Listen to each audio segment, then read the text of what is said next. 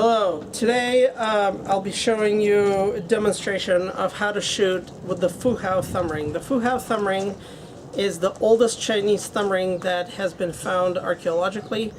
It is 3,500 years old. It was found in the tomb of Fu Hao, who was a Chinese queen, and she was also the general of the army that she led of about 30,000 men.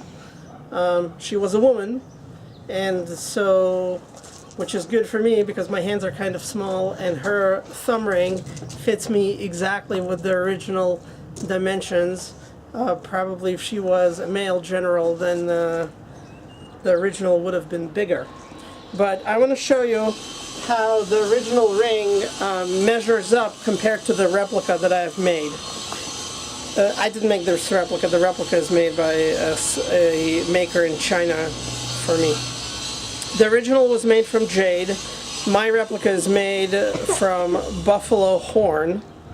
And the original had the following dimensions, just like on this replica. So I'm going to show you with the calipers. The back of the ring measures to be 29 millimeters, just like on the original.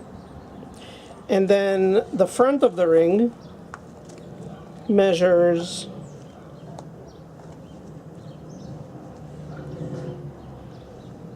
about 39 millimeters, just like on the original. And then the thickness of the ring, you can see it has an oval shape on top and then kind of a round shape on the bottom. But if I measure it from the side here, I get about 3 to 5 millimeters because the thickness varies. It's a little bit thicker on the back, about 5.5 millimeters on the front. It measures about 4.5 millimeters, just like on the original. The original, we're told in the archaeological report that the thickness was roughly 4 millimeters, but they did not provide the exact dimensions. And then the groove of the string is really interesting because it tapers. You can see on the right side of the groove it is more narrow, and on the left side, if you're facing me, it is wider.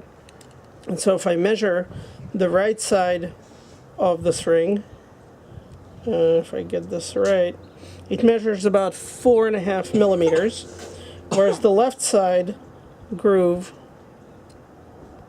measures about 7 millimeters. And this is really important because this particular shape of the groove allows the string to slip out. Now, another important number that we need to measure is the ratio between the thickness of the string on your bow and the width of the groove of the thumb ring. So the bow that I'm using here is a Korean war bow. This bow is 40 pounds. And this one has a thicker string than the typical Korean bow. If I measure the thickness of the nocking point, it measures about 3.3 millimeters. And if you recall, the wider side of the groove of the thumb ring measured about 7 millimeters. So the thickness of my string is just slightly half the thickness of the groove of the thumb ring. 3.3 times 2 is 6.6, very close to 7 millimeters. So my replica is actually pretty accurate compared to the original design. Now, the way you put this thumb ring on is it does not go on sideways just like a typical thumb ring. See, if I try to put it on sideways, it doesn't go on. I have to put it on straight. So I put it on my thumb straight like this. And this one was made as a very tight fit, probably too tight, because after prolonged use, I'm getting a little bit of a black and blue mark on the tip of my thumb. So I probably need to make the hole just a little bit wider.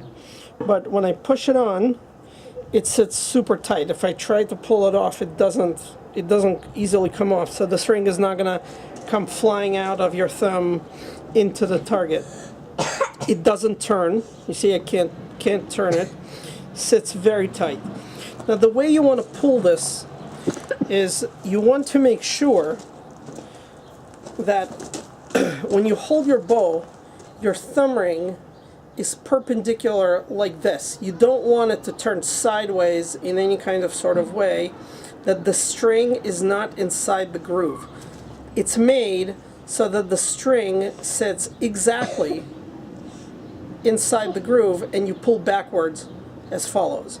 Now the other locking technique on the thumb ring is that if you look at your hand, a typical Chinese thumb ring from the later periods like King Ray or any of the Asian thumb rings, you would lock your index finger onto the thumb like this, and the reason you do that is because your knuckle on the thumb ring is exposed, and so your thumb bends. So when the thumb bends, it's very convenient and comfortable to lock your index finger onto your thumb. However, with this thumb ring, your knuckle is actually inside the ring, so your thumb does not bend. It bends a tiny bit, you can see here, but it doesn't really bend. And so what I want to do, instead of using my index finger to lock onto my thumb, I want to use my middle finger to lock onto my thumb. And so what I would do is I would put my middle finger tip onto the nail of my thumb like this, and then I would curl the rest of my fingers as follows so they make a curve. And finally, I would take my index finger and place it right above the ring like that. And so when I lock, the arrow is I want my index finger to be right above the ring, my middle finger to be on the tip of my thumb, and my two other fingers behind it. And so that's how you would lock it. Now the way you would pull is I'm going to show you sideways. You would pull, placing it like this, and then locking it like that. So I'm going to turn around and pushing it like that. And then you would pull as follows. So you always want to make sure that your thumb ring is perpendicular to your bow. So you can see my bow is like that and my thumb ring is like that. And I'm always pulling straight. So the string is inside the groove as follows. Now the other very important thing with the thumb ring that I found out the hard way, if your arrow does not exactly fit the string and does not lock onto the string, it will be a problem because your arrow will tend to fall out as you pull because you cannot lock it using your thumb as you can lock it with the later designs of the thumb ring.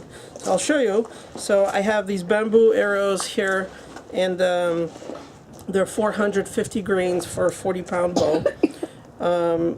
I put my arrow, when I put it here, you see my arrow doesn't go into the string. I have to push it so it locks itself. So I push my arrow. Okay, now you heard the click. So the arrow clicked, now it is locked. So if I put my arrow upside down in the bow, it hangs by itself because the groove and the thickness of the knock in the arrow and the thickness of the string are made such so that they match and the arrow always locks. This is super important for usage with this thumb ring. If your arrow is too loose and you can't do this, you can't hang the arrow by the string like this, it's just going to fall to the ground because your knock is wider than your string, then you're going to have problems. The arrow will slip from the thumb ring and it's going to be really inconvenient to shoot. So like if I look across of all my different bows, I actually cannot use this thumb ring with every single bow I have because some of the bows have different thickness strings, and when I try locking it, the arrows kind of flip out. So I'm going to show you now how to shoot. I'm going to put my glove on. And so again, I don't know if you can see it really well over there, but I put my thumb as follows, perpendicular. I put my middle finger onto my thumb tip and I lock, and then I pull and I shoot. Now, with the advantage this thumb ring gives you, it is very easy to pull. I don't feel it much on my thumb.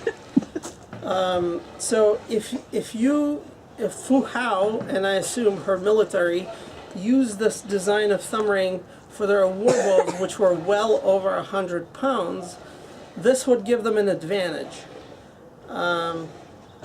Because they would be able to pull it with ease. However, of course, because the locking capability of the thumb ring is not as good as the later designs, everything kind of had to be perfect fit. The arrow has to be perfect fit to the string, and you have to knock it in really right. So I'm going to take another arrow and then knock it in here. Clicks, pull, lock, and shoot. Okay, so this concludes my demonstration of the Fu Hao thumb ring. I recommend that you do get this replica and practice with it so you can get the right technique going, but I think I have shown enough that this should be replicatable without much of a problem. Thanks for watching.